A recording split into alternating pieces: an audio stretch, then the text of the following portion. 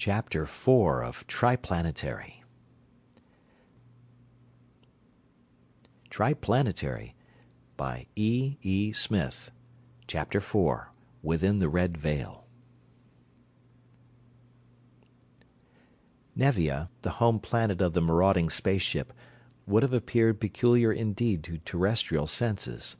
High in the deep red heavens a fervent blue sun poured down its flood of brilliant purplish light upon a world of water. Not a cloud was to be seen in that flaming sky, and through that dustless atmosphere the eye could see the horizon, a horizon 3 times as distant as the one to which we are accustomed, with a distinctness and clarity impossible in our Terra's dust-filled air.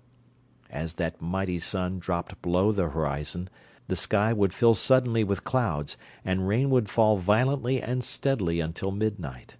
Then the clouds would vanish as suddenly as they had come into being, the torrential downpour would cease, and, through that huge world's wonderfully transparent gaseous envelope, the full glory of the firmament would be revealed. Not the firmament as we know it, for that hot blue sun and Nevia, her one planet-child, were many light-years distant from Old Sol and his numerous brood, but a strange and glorious firmament containing not one constellation familiar to earthly eyes. Out of the vacuum of space a fish-shaped vessel of the void, the vessel that was shortly to attack so boldly both the massed fleet of Triplanetary and Roger's planetoid, plunged into the rarefied outer atmosphere, and crimson beams of force tore shriekingly the thin air as it braked its terrific speed.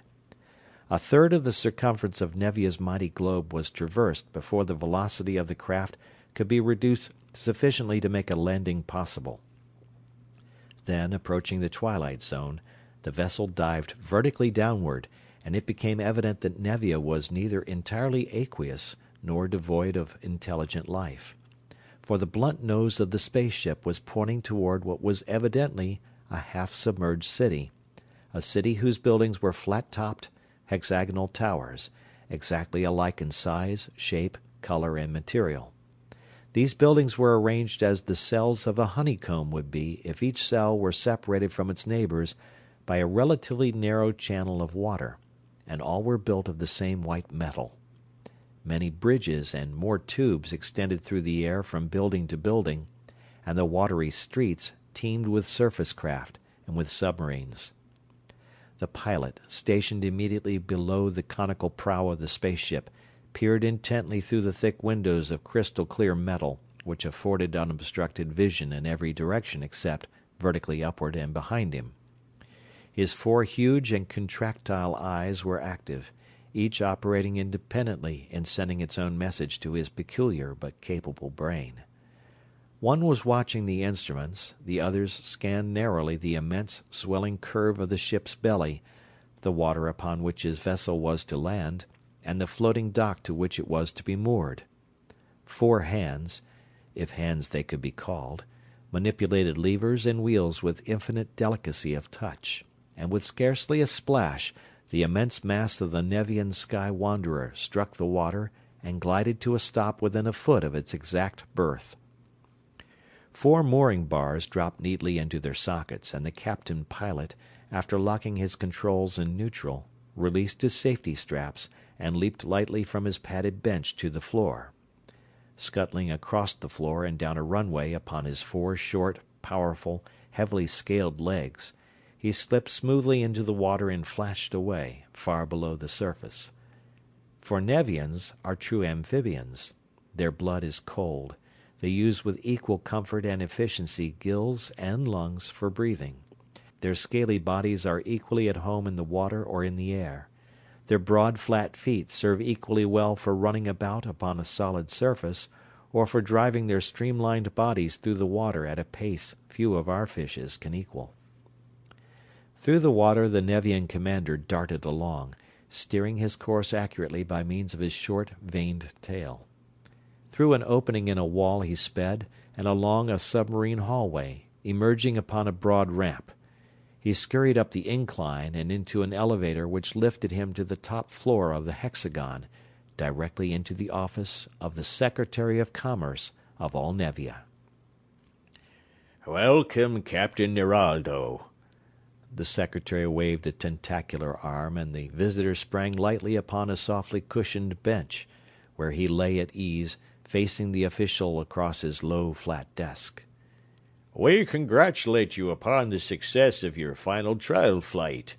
We received all your reports, even while you were traveling with many times the velocity of light. With the last difficulties overcome, you are now ready to start? We are ready, the captain scientist replied soberly. Mechanically, the ship is as nearly perfect as our finest minds can make her. She is stocked for 2 years. All the iron-bearing suns within reach have been plotted. Everything is ready except the iron. Of course, the Council refused to allow us any of the national supply. How much were you able to purchase for us in the market? Nearly £10. £10? Why, the securities we left with you could not have bought £2, even at the price then prevailing. No, but you have friends. Many of us believe in you, and have dipped into our own resources. You and your fellow scientists of the expedition have each contributed his entire personal fortune. Why should not some of the rest of us also contribute, as private citizens? Wonderful. We thank you. £10! The captain's great triangular eyes glowed with an intense violet light. A full year of cruising. But what if, after all, we should be wrong? In that case, you shall have consumed £10 of irreplaceable metal. The secretary was unmoved. That is the viewpoint of the Council and of almost everyone else. It is not the waste of treasure they object to. It is the fact that £10 of iron will be forever lost. A high price, truly, the Columbus of Nevia assented. And after all, I may be wrong. You probably are. Of course you are wrong. His host made a startling answer. It is practically certain, it is almost a demonstrable mathematical fact, that no other sun within hundreds of thousands of light-years of our own has a planet. In all probability, Nevia is the only planet in the entire universe. We are the only intelligent life in the universe. But there is one chance in numberless millions that, somewhere with the cruising range of your newly perfected spaceship, there may be an iron-bearing planet upon which you can effect a landing, and it is upon that infinitesimal chance that some of us are staking a portion of our wealth. We expect no return whatever, but if you should, by some miracle, happen to find stores of iron somewhere in space, what then? Deep seas being made shallow, civilization extending itself over the globe, science advancing by leaps and bounds, Nevia becoming populated as she should be peopled. That, my friend, is a chance well worth taking. The secretary called in a group of guards who escorted the small package of priceless metal to the spaceship, and before the massive door was sealed, the friends bade each other farewell. I will keep in touch with you on the ultrawave, the captain concluded. After all, I do not blame the Council for refusing to allow the other ship to go with us. £10 of iron will be a fearful loss to the world. If we should find iron, however, see to it that the other vessel loses no time in following us. No fear of that. If you find iron, all space will be full of vessels, as soon as they could possibly be built. Goodbye. The last opening was sealed, and Nerado shot the great vessel into the air. Up and up, out beyond the last tenuous trace of atmosphere, on and on through space it flew with ever-increasing velocity, until Nevia's gigantic blue sun had been left so far behind that it became a splendid blue-white star. Then, projectors cut off to save the precious iron whose disintegration furnished them power. For week after week, Captain Nerado and his venturesome crew of scientists drifted idly through the illimitable void. Sun after sun, as visible in their ultra-instruments as though the flying vessel were moving slower than light, they studied without finding a single planet. 3 months passed. Nerado had already applied the slight power which was to swing the vessel around in an immense circle, back toward his native world. In that course he was rapidly approaching a sun, an ordinary G-type dwarf, whose spectrum revealed a blaze of lines of the precious element for which he was searching. Now, at close observing range, he had long since abandoned his former eager habit of studying a sun as soon as it showed the tiniest perceptible disk in his most powerful telescope. He turned on his powerful Visi-ray beam without enthusiasm, swung it upon that very commonplace sun, and shrieked aloud in exultation. Not only one planet had that yellowish luminary. It had 6, 7, 8, yes, possibly 9 or 10, and several of those planets were themselves apparently centers of attraction around which were circling other tiny worlds. Nerado thrilled with joy as he applied a full retarding force, and every creature aboard that great vessel had to peer into a plate or through a telescope before he could believe that planets other than Nevia did in reality exist. Velocity checked to the merest crawl, as space speed goes, and with electromagnetic detector screens full out, the Nevian vessel crept toward our sun. Finally the detectors encountered an obstacle, a conductive substance which the patterns showed conclusively to be practically pure iron. Iron, an enormous mass of it, floating alone out in space.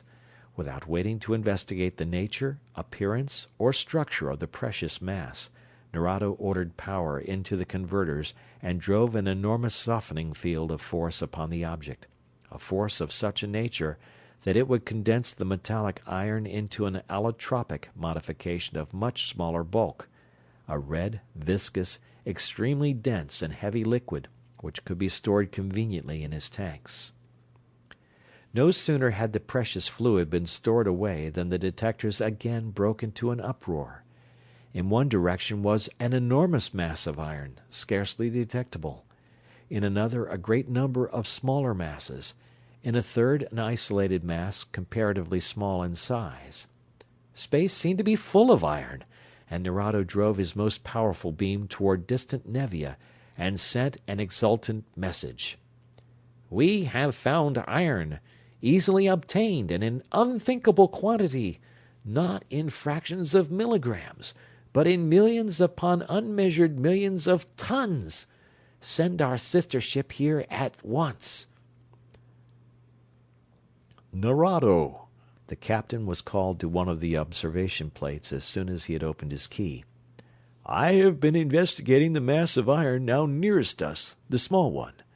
It is an artificial structure, a small space boat, and there are 3 creatures in it. Monstrosities, certainly, but they must possess some intelligence or they could not be navigating space."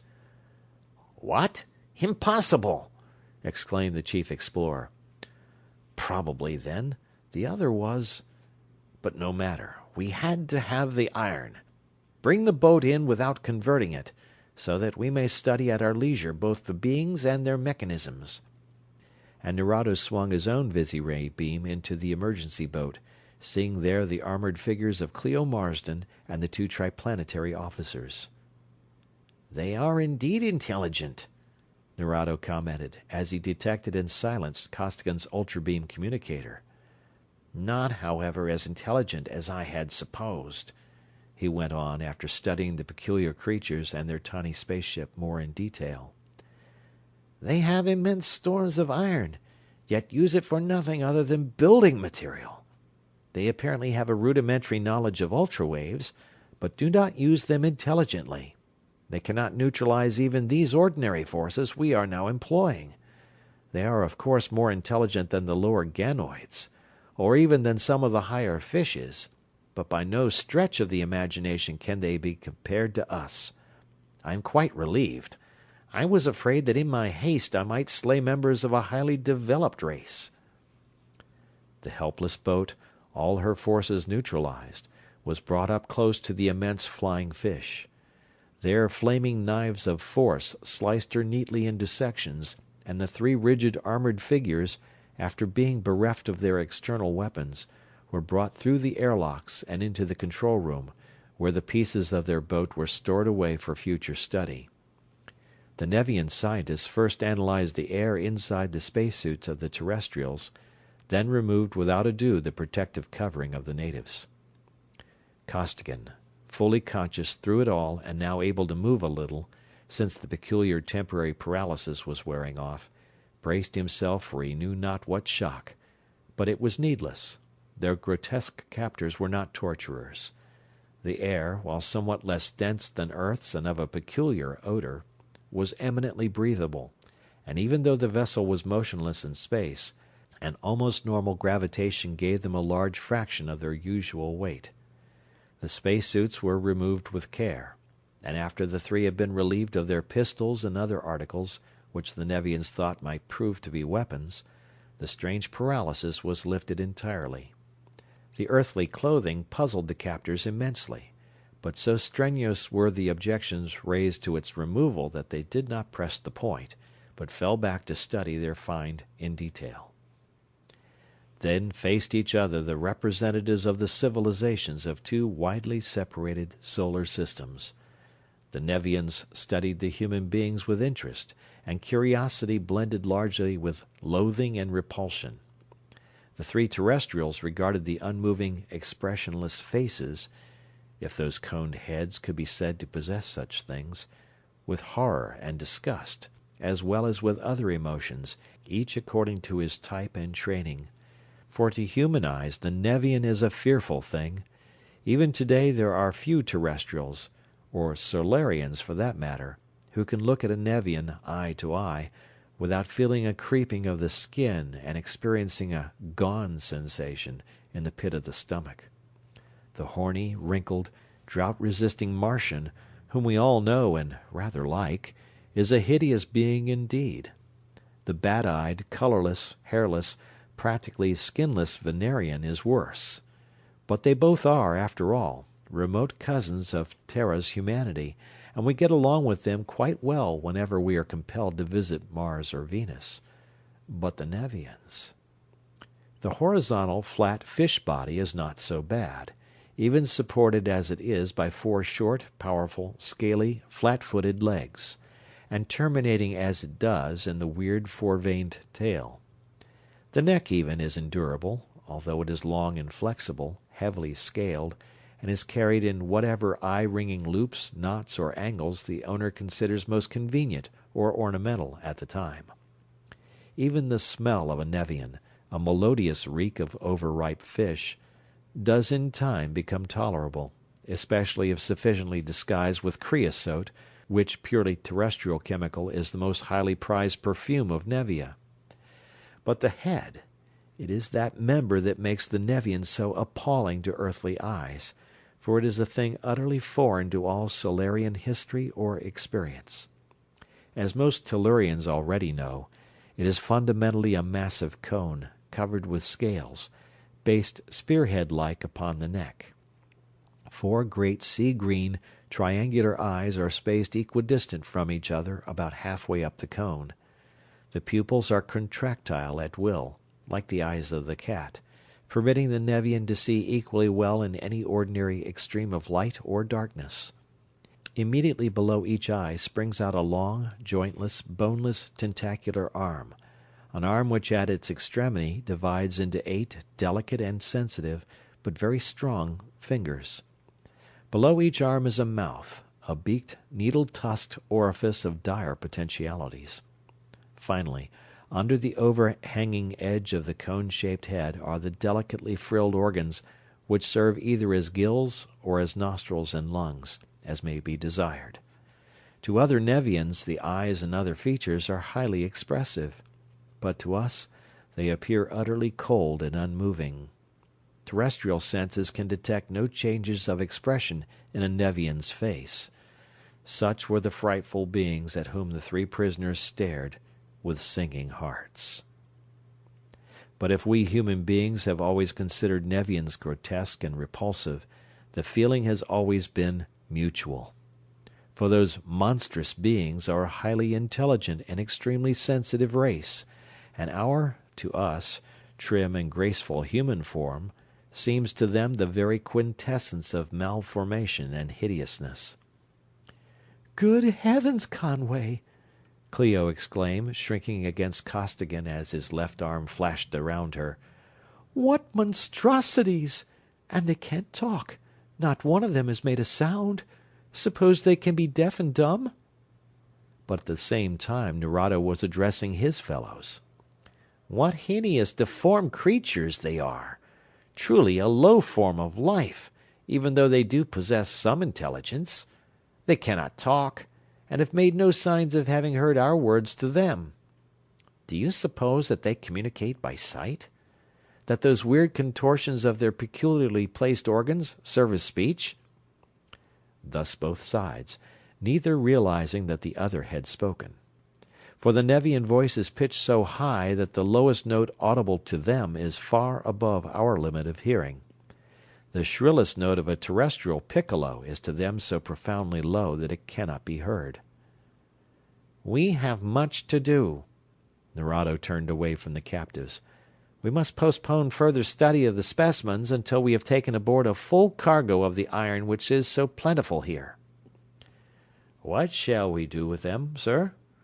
asked one of the Nevian officers. "Lock them in one of the storage rooms?" "Oh, no. They might die there, and we must by all means keep them in good condition, to be studied most carefully by the fellows of the College of Science. What a commotion there will be when we bring in this group of strange creatures, living proof that there are other suns possessing planets which are supporting organic and intelligent life. You may put them in 3 communicating rooms, say, in the 4th section. They will undoubtedly require light and exercise. Lock all exits, of course, but it would be best to leave the doors between the rooms unlocked, so that they can be together or apart as they choose. Since the smallest one, the female, stays so close to the larger male, it may be that they are mates. But since we know nothing of their habits or customs, it will be best to give them all possible freedom compatible with safety." Nerado turned back to his instruments, and 3 of the frightful crew came up to the human beings. One walked away, waving a couple of arms in an unmistakable signal that the prisoners were to follow him. The 3 obediently set out after him, the other 2 guards falling behind. "Now's our best chance," Costigan muttered, as they passed through a low doorway and entered a narrow corridor.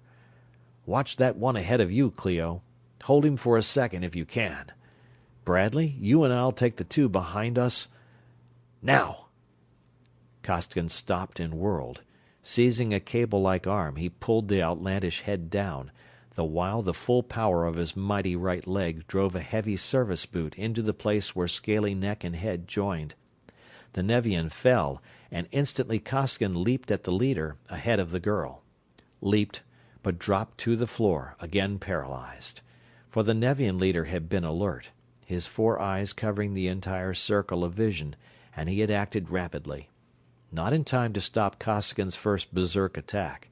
The first officer's reactions were practically instantaneous, and he moved like chain lightning, but in time to retain command of the situation. Another Nevian appeared, and, while the stricken guard was recovering, all 4 arms wrapped tightly around his convulsing, looping, knotting neck, the 3 helpless terrestrials were lifted into the air and carried bodily into the quarters to which Nerado had assigned them. Not until they had been placed upon cushions in the middle room and the heavy metal doors had been locked upon them did they again find themselves able to use arms or legs. "Well, that's another round we lose," Costigan commented cheerfully. "A guy can't mix it very well when he can neither kick, strike, nor bite. I expected those lizards to rough me up, but they didn't." "They don't want to hurt us. They want to take us home with them, wherever that is, as curiosities, like wild animals or something," decided the girl, shrewdly. "They're pretty bad, of course, but I like them a lot better than I do Roger and his robots, anyway." "I think you have the right idea, Miss Marsden," Bradley rumbled. "That's it exactly. I feel like a bear in a cage. I should think you'd feel worse than ever. What chance has an animal of escaping from a menagerie?" "These animals, lots. I'm feeling better and better all the time," Clio answered, and her serene bearing bore out her words. "You two got us out of that horrible place of Roger's, and I'm pretty sure that you will get us away from here, somehow or other. They may think we're stupid animals, but before you two and the Secret Service get done with them, they'll have another thing coming." "That's the old fight, Clio," cheered Costigan. "I haven't got it figured out as close as you have, but I see you, eye to eye. These four-legged fish carry considerably heavier stuff than Roger did, I'm thinking, but they'll be up against something themselves pretty quick that is no lightweight, believe me." "Do you know something, or are you just whistling in the dark?" Bradley demanded. "I know a little, not much. The Science Service has been working on a new ship for a long time. A ship to travel so much faster than light that it can go anywhere in the galaxy and back in a month or so. New sub-ether drive, new power, new armament, new everything. Only bad thing about it is that it doesn't work so good yet. It's fuller of bugs than a Venerian's kitchen. It has blown up 5 times that I know of, and has killed 29 men. But when they get it licked, they'll have something." "When? Or if?" asked Bradley pessimistically. "I said when," snapped Costigan, his voice cutting like a knife. "When that gang goes after anything, they get it. And when they get it, it stays." He broke off abruptly, and his voice lost its edge. "Sorry. Didn't mean to get high, but I think we'll have help if we can keep our heads up a while. And it looks good. These are first-class cages they've given us. All the comforts of home, even to lookout plates. Let's see what's going on, shall we?" After some experimenting with the unfamiliar controls, Costigan learned how to operate the Nevian visiray, and upon the plate they saw the cone of battle hurling itself towards Roger's planetoid. They saw the pirate fleet rush out to do battle with Triplanetary's massed forces, and with bated breath they watched every maneuver of that epic battle to its savagely sacrificial end. And that same battle was being watched, also with intense interest, by the Nevians. "It is indeed a bloodthirsty combat," mused Nerado at his observation plate. "And it is peculiar. Or rather, probably only to be expected from a race of such a low stage of development, that they employ only ether-borne forces. Warfare seems universal among primitive types. Indeed, it is not so long ago that our own cities, few in number though they are, ceased fighting each other and combined against the semi-civilized fishes of the greater deeps." He fell silent, and for many minutes watched the furious battle between the two navies of the void. That conflict ended, he watched the Triplanetary fleet reform its battle cone and rush upon the planetoid. "Destruction, always destruction," he sighed, adjusting his power switches. "Since they are bent upon mutual destruction, I can see no purpose in refraining from destroying all of them. We need the iron, and they are a useless race." He launched his softening, converting field of dull red energy. Vast as that field was, it could not encompass the whole of the fleet, but half of the lip of the gigantic cone soon disappeared, its component vessels subsiding into a sluggishly flowing stream of allotropic iron. Instantly the fleet abandoned the attack upon the planetoid and swung its cone around to bring the flame-erupting axis to bear upon the inchoate something dimly perceptible to the ultravision of the Secret Service observers. Furiously the gigantic composite beam of the massed fleet was hurled, nor was it alone. For Roger and his floating citadel had realized at once that something untoward was happening, something altogether beyond even his knowledge and experience. He could not see anything, space was apparently empty, but he took his rays off the battleships and directed his every force just beyond the point in space where that red stream of transformed metal was disappearing. Then, for the first time in Triplanetary history, the forces of law and order joined hands with those of piracy and banditry against a common foe. Rods, beams, planes, and stilettos of unbearable energy the doomed fleet launched, in addition to its main beam of annihilation. And Roger also hurled out into space every weapon at his command. bombs, high-explosive shells, and deadly radio-dirigible torpedoes, all alike disappeared ineffectively in that redly murky veil of nothingness. And the fleet was being melted. In quick succession the vessels flamed red, shrank together, gave out their air, and merged their component iron into the intensely red, sullenly viscous stream which was flowing through the impenetrable veil upon which Triplanetarians and pirates alike were directing their every possible weapon of offense. The last vessel of the Triplanetary armada converted, and the resulting metal stored away in their capacious reservoirs, the Nevians turned their attention upon the stronghold of the pirates. There ensued a battle royal. For this vast planetoid was no feeble warship, depending solely upon the limited power available in its accumulators. It was the product of a really mighty brain, a brain reinforced by the many perverted but powerful intellects which Roger had won over to his cause. It was powered by the incalculable force of cosmic radiation, powered to drive its unimaginable mass through space against any possible attractions, for an indefinite number of years. It was armed and equipped to meet any emergency which Roger's coldly analytical mind had been able to foresee. The fact that the scientists of the Secret Service had discovered ultra-waves as yet unknown to him was unfortunate. That service was itself unfortunate, impenetrable as it was, and incorruptible. He could learn nothing whatever about it. He had heard vague rumors of certain experiments, but even if they should discover something it would be too late to do them any good.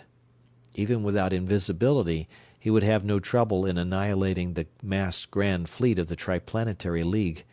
He would very shortly collect his tribute and disappear. And this new enemy, himself invisible and armed with heretofore unknown weapons of dire power, who was apparently unaffected by his beams, even he would discover that Roger the Great was no puny opponent. He would analyze those unknown forces, regenerate them, and hurl them back upon their senders. Thinking thus, the man of grey sat coldly motionless at his great multi-shielded desk, whose top was now swung up to become a board of massed and tiered instruments and controls. He shut off his offensive beams and surrounded the entire planetoid with the peculiarly rigid and substantial shield which had so easily warded off Costigan's fiercest attacks. And that shield was more effective than even its designer had supposed. Grey Roger had built even better than he knew. For the voracious and all-powerful converting beam of the Nevians, below the level of the ether though it was, struck that perfectly transparent wall and rebounded, defeated and futile. Struck and rebounded, then struck and clung hungrily, licking out over that impermeable surface in darting tongues of red flame as the surprised Nerado doubled and then quadrupled his power. Fiercer and fiercer drove in the Nevian flood of force, until the whole immense globe of the planetoid was one scintillant ball of scarlet energy. But still the pirate's shield remained intact. At what awful drain of resource Roger alone knew. "Here is the analysis of his screen, sir." A Nevian computer handed his chief a sheet of metal, upon which were engraved rows of symbols. "Ah, a six-phase polycyclic. A screen of that type was scarcely to have been expected from such a low form of life," Nerado commented, and rapidly adjusted the many dials and switches before him. As he did so, the character of the clinging mantle of force changed. From red, it flamed quickly through the spectrum, became unbearably violet, then disappeared, and as it disappeared the shielding wall began to give way. It did not cave in abruptly, but softened locally, sagging into a peculiar grouping of valleys and ridges, contesting stubbornly every inch of position lost. And Grey Roger knew that the planetoid was doomed. His supposedly impregnable screen was failing in spite of its utmost measure of energy, and, that defense down, the citadel would not last a minute. Therefore he summoned a chosen few of his motley crew of renegade scientists and issued brief instructions. For minutes a host of robots toiled mightily, then a portion of the shield bulged out, extended into a tube beyond the attacking layers of force, and from it there erupted a beam of violence incredible, a beam behind which was every volt and ampere that the gigantic generators and accumulators of the planetoid could yield, a beam that tore screamingly through the ether, that by the very vehemence of its incalculable energy tore a hole through the redly impenetrable Nevian field, and hurled itself upon the inner screen of the fish-shaped cruiser in frenzied incandescence. And was there, or was there not, a lesser eruption upon the other side, an almost imperceptible flash, as though something had shot from the doomed planetoid out into space? Nerado's looped neck straightened convulsively as his tortured drivers whined and shrieked at the terrific overload, but Roger's effort was far too intense to be long maintained. Even before his accumulators failed, generator after generator burned out, the defensive screen collapsed, and the red converter beam attacked voraciously the unresisting metal of those prodigious walls. Soon there was a terrific explosion as the pent-up air of the planetoid broke through its weakening container, and the sluggish river of allotropic iron flowed in an ever larger stream, ever faster. "It is well that we have an unlimited supply of iron." Nerado tied a knot in his neck and spoke in huge relief. "With but the 7 pounds remaining of our original supply, I fear that it would have been difficult to parry that last thrust." "Difficult?" asked the second in command. "We would now be swimming in space. But what shall I do with this iron? Our reservoirs will not hold it all." "Seal up one or two of the lower storage compartments to make room for this lot. Immediately it is loaded, we return to Nevia. There we shall install reservoirs in all the spare space, and come back here for more." The last drop of the precious liquid secured, the vessel moved away, sluggishly now because of its prodigious load. In their quarters in the fourth section, the three terrestrials, who had watched with strained attention the downfall and absorption of the planetoid, stared at each other with drawn faces. Clio broke the silence. "Oh, Conway, this is ghastly. It's just simply perfectly horrible," she gasped, then recovered a measure of her customary spirit as she stared in surprise at Costigan's face. For it was thoughtful. His eyes were bright and keen. No trace of fear or disorganization was visible in any line of his hard young face. "It's not so good," he admitted frankly. "I wish I wasn't such a dumb cluck. If Lyman Cleveland or Ford Rodebush were here, they could help a lot. But I don't know enough about any of their stuff to flag a handcar. I can't even interpret that funny flash, if it really was a flash, that we saw." "Why bother about one little flash, after all that really did happen?" asked Clio, curiously.